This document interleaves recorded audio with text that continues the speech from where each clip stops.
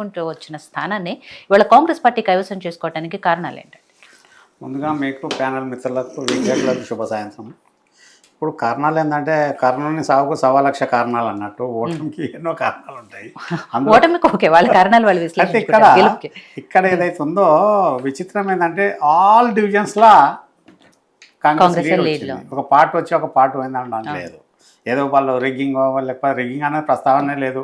Even Congress వాళ్ళు ఎవరు ఆయన ఇన్ఛార్జ్ అయినా కూడా మాట్లాడారు రిగ్గింగ్ ఛాన్స్ ఉండదు ఇలా అని చెప్పేసి. అయితే ఇక్కడ మెయిన్ ఎక్కడైతే ఉందో కమ్యూనిటీ వైజ్ ఓటింగ్ ప్యాటర్న్ చాలా కీలకం. ఇక్కడ ఏదైతే ఉందో ముస్లిం ఓటర్స్ ఆల్మోస్ట్ 70 to 80% కాంగ్రెస్కి వేసారు. ఎంఐఎం క్యాండిడేటే లేడు. ఇక రెడ్డి కమ్యూనిటీ టోటల్ ఇక కాంగ్రెస్కు 100% సపోర్ట్ ఉంటుంది.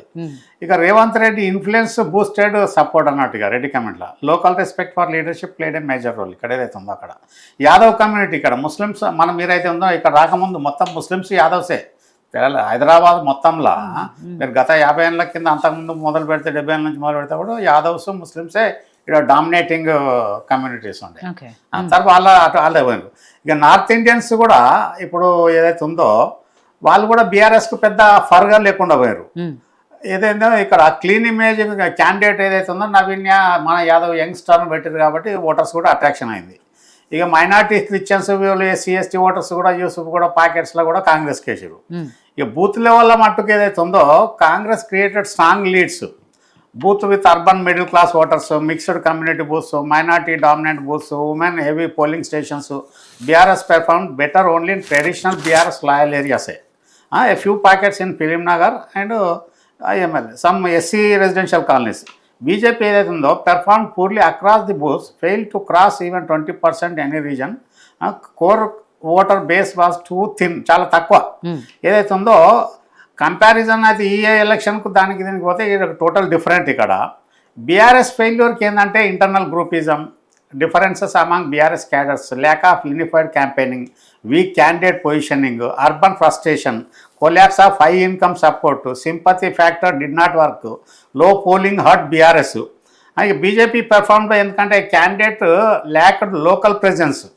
BJP Telangana urban strategy week అన్నట్టు. ఇక్కడ voters of BJP non viable year last deposit పోయింది. ఫైనల్గా ఏదైతే ఉందో కాంగ్రెస్ రావడానికి కారణం ఏదైతే ఉందో ఇక్కడ రేవంత్ రెడ్డి కాంగ్రెస్ పార్టీని చూసి కాంగ్రెస్ ప్రేమ మీద ఓట్లేసుడు కాదు. ఇక్కడ ruling party Congress backbone, ఆయనకు ఒక బ్రాండ్ ఇమేజ్ అంతకు తప్ప ఇక్కడ Revanth Reddy do or die. ఒకవేళ ఓడిపోతే ఏంటంటే మళ్ళీ బీఆర్ఎస్ అప్పర్ హ్యాండ్ అవుతుంది, మళ్ళీ రేపు నెక్స్ట్ ఎలక్షన్లో ప్రాబ్లం ఉంటుంది. మళ్ళీ ఇక్కడ ఎందుకంటే ఆయనకు ముందు నుయ్యి వెనక గొయ్యి పక్కల బల్యాలు ఏదైతే ఉందో అంతర్గత పార్టీలని వాళ్ళు కూడా మినిస్టర్లు వాళ్ళు ఆ సీఎం చైర్ మీద ఎందరో కండిషన్ ఉన్న వాళ్ళు ఉన్నారు కదా, వాళ్ళందరూ కూడా ఈ వీళ్ళని మళ్ళీ ఎందుకైతే ప్రాబ్లం అవుతుందని చెప్పేసి పిల్లి బీమార్ అయితే ఎల్కా ఎక్కి సవారు చేస్తాడు పిల్లి మీద అంటుంటుంది అన్నట్టు. ఎందుకు అవకాశం ఇవ్వాలన్న ఉద్దేశంలో ఆయన మొత్తానికి డూ ఆర్ డై. ఒక బై ఎలక్షన్లో సీఎం ఇంత కాన్సన్ట్రేషన్ చేయడము ఇది ఫస్ట్ టైం. అదొకటి. వీళ్ళు ఏదైతే ఉందో బీఆర్ఎస్ ఫస్ట్ దుబాకలో పోయింది, వాళ్ళది హుజూరాబాద్లో పోయింది, మన కంటోన్మెంట్లో పోయింది. ఇక్కడ కూడా స్ట్రాటజీ అన్నది వాళ్ళది కరెక్ట్ వర్కౌట్ లేకుండా పోయింది. క్యాండిడేట్ అన్నది వాళ్ళు ఒకవేళ ఆమెకు ఫైనాన్షియల్గా సపోర్ట్ కావాలంటే 1500 కోట్లు వైట్ అమౌంట్ ఉన్నది పార్టీల ఫండ్, అందుకేమో కంపెన్సేట్ చేసేసి ఇచ్చేసి ఇంకో క్యాండిడేట్ని ఆల్టరేషన్ చేయాలి. అది ఇంకోటి ఏదైతే ఉందో హైడ్రాతోనే ఎఫెక్ట్ ఉన్నది. హైదరాబాద్ మొత్తం హైడ్రా అన్నది కాదు కదా, ఎక్కడెక్కడ ఈ కుంటలు చెరువులు లేక్స్ ప్యాచెస్ ఉన్నాయి అక్కడ ఏమన్నది వాళ్ళు స్టార్టింగ్ చేసిన తప్పు మళ్ళీ తదనంతరం పక్కకు పోయింది కదా. అది పెట్టిన దాని మీద హైకోర్టు కూడా వాళ్ళని తప్పు పట్టలేదు. ఇక్కడ వీళ్ళ ఏదైతే ఉందో బీఆర్ఎస్ కరెక్ట్ ఏంటంటే కేటీ రామారావు కానీ ఎవరైనా హరీష్ రావు కానీ వీళ్ళు ఎవరన్నా కానీ రూలింగ్ పార్టీ మీద దుమ్మెత్తి పోసుడు బంద్ చేసుకోవాలి. ఇది ఉన్నది అది మేము గతంలో ఏమున్నది మరి తప్పులో ఉప్పులో జరగవచ్చు, మళ్ళీ వస్తే మేము చేస్తాం అన్నది వాళ్ళు కమిట్మెంట్ ఇవ్వలేకపోయారు. ఎంతసేపు కేటీఆర్ వర్సెస్ ఇక రేవంత్ రెడ్డి వాళ్ళిద్దరూ ఏదైతే ఉందో మొత్తం ఇక కురుక్షేత్రం అయిపోయింది. మన ఎట్లా అంటే కౌరవ పాండవ యుద్ధం లాగా అయిపోయింది. అట్లా వారికి ఏమవుతుంది, పబ్లిక్ కూడా ఏమవుతుందంటే వీళ్ళు అధికారంలో లేకున్నా కానీ ఇప్పుడు కొంత ఆపోజిట్ వర్గాల మీద వీళ్ళ బీఆర్ఎస్ మీద ఒక వ్యతిరేకత ఉన్నది, వాళ్ళు గ్రహించుకుంటలేరు. ఇప్పటి కూడా నేను ఎన్నోసార్లు ఓపెన్గా చెప్తున్నా, గతంలో 9.5 ఏళ్ళ తప్ప ఒప్ప చేసిన మా పొరపాట్లు కావచ్చు, మేము ఇంకా ముందు అట్లాంటివి చెయ్యం, మాకు అవకాశం ఇవ్వండి అని అది ప్లీజింగ్ మేనర్లో వాళ్ళు పోతలేరు ఇప్పటి కూడా. ఇది ఏదైతే ఉందో వీళ్ళేదో డామినేటింగ్ దాంట్లో అగ్రెసివ్ మాట్లాడడంతో పబ్లిక్ కూడా అబ్జర్వ్ చేస్తారు కదా. ఇక్కడ ఓటర్ మహాశయుడే రారాజు, డిసైడ్ చేసేదే వాళ్ళు, అంతేగాని అది వదిలిపెట్టుకోవాలి ప్రధానికన్నా దాని మీద ఆయన చేయడంతోనే వీళ్ళకి ఇంకా ఎక్కువ అగ్రెసివ్గా కాంగ్రెస్కు KTR body language, commenting, speeches దాన్ని బట్టే వాళ్ళ ఓట్ బ్యాంకు టర్న్ అయిపోయింది ఇటు కొందరు. ఇంకోటి ఏదైతే ఉందో మళ్ళీ నేను చెప్పిన కదా గతంలో ఒక లేడీ అన్న దాని మీద మీరు కూడా అప్పో చేసారు, కానీ ఇక్కడ రూలింగ్ పార్టీ 3 ఏళ్ళ దాకా రూలింగ్ పార్టీ ఉంటుంది. ఈమె వచ్చినా చేసేదేమున్నది? యూత్ టర్న్అవుట్ కాలేదు మెయిన్ ఇక్కడ. దాని మీద పోల్ పర్సెంటేజ్ పెంచుకుంటేనే బీజేపీకి ఉంటాయి. బీజేపీ కానీ బీఆర్ఎస్ కానీ పర్సెంటేజ్ పెంచిన దాఖలా ఎంత 48% దాటలే కదా. 48.44 అంటే 48.5 అంతే. 100కు 48, 49 వచ్చారు కదా. ఇంకా 51 మంది ఇళ్ళల్లో పండుకున్నారు, ఎక్కడెక్కడ పోయారు అన్నది లేదు కదా. ఇదే చెప్పినా మనం మిత్రుడు మన గాంధీ లాస్ట్ దాంట్లో ఏమన్నాడు, ఆధార్ ఇప్పుడు చచ్చిపోయిన వాళ్ళే అని ఆధార్ లింక్ పెట్టే మళ్ళీ ఫిల్టర్ చేస్తారు ఇక్కడ బెంగాల్లో, తమిళనాడులో. దాని మీద టైఅప్ చేయాలి. దాని మళ్ళీ అదే బీఆర్ఎస్ ఆధార్ లింకప్ చేయమంటలేదు, కాంగ్రెస్ ఆధార్ లింకప్ చేయమంటలేదు. అది లింకప్ చేస్తే ఏదైతుందో ఆటోమేటిక్గా ఇప్పుడు ఇన్కమ్ ట్యాక్స్ పాన్ కార్డుకి నువ్వు లింకప్ చేయకపోతే 10,000 పెనాల్టీ అని పెట్టినప్పుడు దాన్ని కూడా ఓటర్ లిస్ట్ కూడా పెట్టాలి, స్వచ్ఛమైన లెవెల్ అన్నది ఉండాలి. అది మెయిన్. అది పక్కకు పెట్టేసి వీళ్ళు ఎంతసేపు దుష్ప్రచారం అన్నదాన్ని దుమ్మెత్తిపోవడంతో పబ్లిక్ రివర్స్ ట్రెండ్కి వచ్చింది.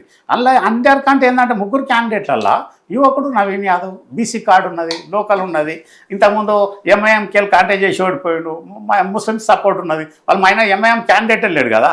అది ఇచ్చే మళ్ళీ తర్వాత అజారుద్దీన్ మంత్రి పదవి ఇచ్చే తర్వాత హైడ్రా దాంతోనే పెద్ద ఒరిగింది లేదు. వీళ్ళు ఎంత చేసుకొచ్చినా ఇది కూలగొట్టాడు. అది కేసీఆర్ అది కేటీఆర్ స్పీచ్లు చూస్తే తెలుస్తాయి కదా. అవన్నీ కాదు, ఏదంటే అయ్యప్ప అన్నది అడుక్కుంటేనే అవైనా పెడతాయి కదా. ఎప్పుడైనా సాఫ్ట్ నేచర్లో పోవాలి. నువ్వు ఏదైతే ఉందో భిక్షానికి వచ్చి అంబిల్ గారు అంటారు దాన్ని.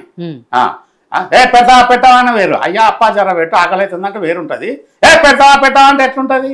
ఆ ట్రెండ్ అన్నది మనిషి బాడీ లాంగ్వేజ్ మాట ఒకటే, కానీ అడిగే విధానంలో వ్యత్యాసం వచ్చే వరకు సాగు దెబ్బ కొడతారు. అట్లా ఆ ప్రకారం చేయకుండా వీళ్ళు ఏదైతే ఉందో ఇవాళ మొత్తానికి కాంగ్రెస్లో ఏదైతే ఉందో రేవంత్ రెడ్డి సక్సెస్గా అయిండు, వీళ్ళు బీఆర్ఎస్ ఫెయిల్ అయిపోయారు. వీళ్ళు ఇక ముందు కూడా ఇంకా 3 ఏళ్ళ బై ఎలక్షన్ రాదు అన్నది కానీ చెప్పడం లేదు. మళ్ళీ పుట్టుకున్న పాపం ఎవరాయిషన్ మూడింది అనుకోని మళ్ళీ వస్తుంది. అది లేదు, కొంత 10 మంది ఎమ్మెల్యేలు ఉన్నారు కదా, వాళ్ళలో ఒకళ్ళిద్దరి వచ్చినా వచ్చింది. అదే ఏదన్నా ఏదొచ్చినా రాకుండా ఇక్కడ ఏంటంటే మెయిన్ ఇలా విన్నింగ్కు ముస్లిం మైనార్టీ. ఎందుకంటే 4,01,365 ఓట్లల్లో 1,30,000 మైనార్టీస్ ఉన్నారు. వాళ్ళు 80% నేను చెప్పిన కదా, శుక్రవారం నాడు మస్జిద్లో డిసైడ్ అవుతుంది వాళ్ళు ఎటంటే అటే అవుతారు. వాళ్ళు కూడా డబ్బులు తీసుకున్నారు మళ్ళీ ఎటాయాలని గట్టేసారు. అందుకోసం ఇక్కడ మనీ ప్రభావం వీళ్ళు కంట్రోల్ చేసుకోవాలి. ఇక ముందు కూడా పైసలు పంచకుండా వద్దామంటే అది లేదు. ఇప్పుడు ఏంటంటే డో అడ్డాయి పెద్ద పొలిటికల్ బిజినెస్ అయింది కాబట్టి నువ్వని నేను అన్న కాడుకున్నది. రేపు నెక్స్ట్ ఎలక్షన్లో బీజేపీ వీళ్ళు స్ట్రాటజీ వర్కౌట్ చేసుకుంటే ఇదవుతుంది. వీళ్ళు క్యాండిడేట్ డిక్లేర్ చేసే వరకే పాపం లంకల్ దీపక్ రెడ్డి నాకు టికెట్ వస్తుందా లేదా అన్న వరకే ఉన్న సమయం అంతా పోయింది కదా. లాస్ట్ మూమెంట్లో వచ్చే వరకు ఏమున్నా ఆయన రిహార్సల్ చేయడానికి ఏం లేకుండా పోయింది కదా. అట్లే ప్రాబ్లం అయింది అది. రైట్. సో చిన్న బ్రేక్ తీసుకుందాం. బ్రేక్ తర్వాత డిబేట్ కంటిన్యూ చేద్దామా? డిబేట్లో స్మాల్ బ్రేక్.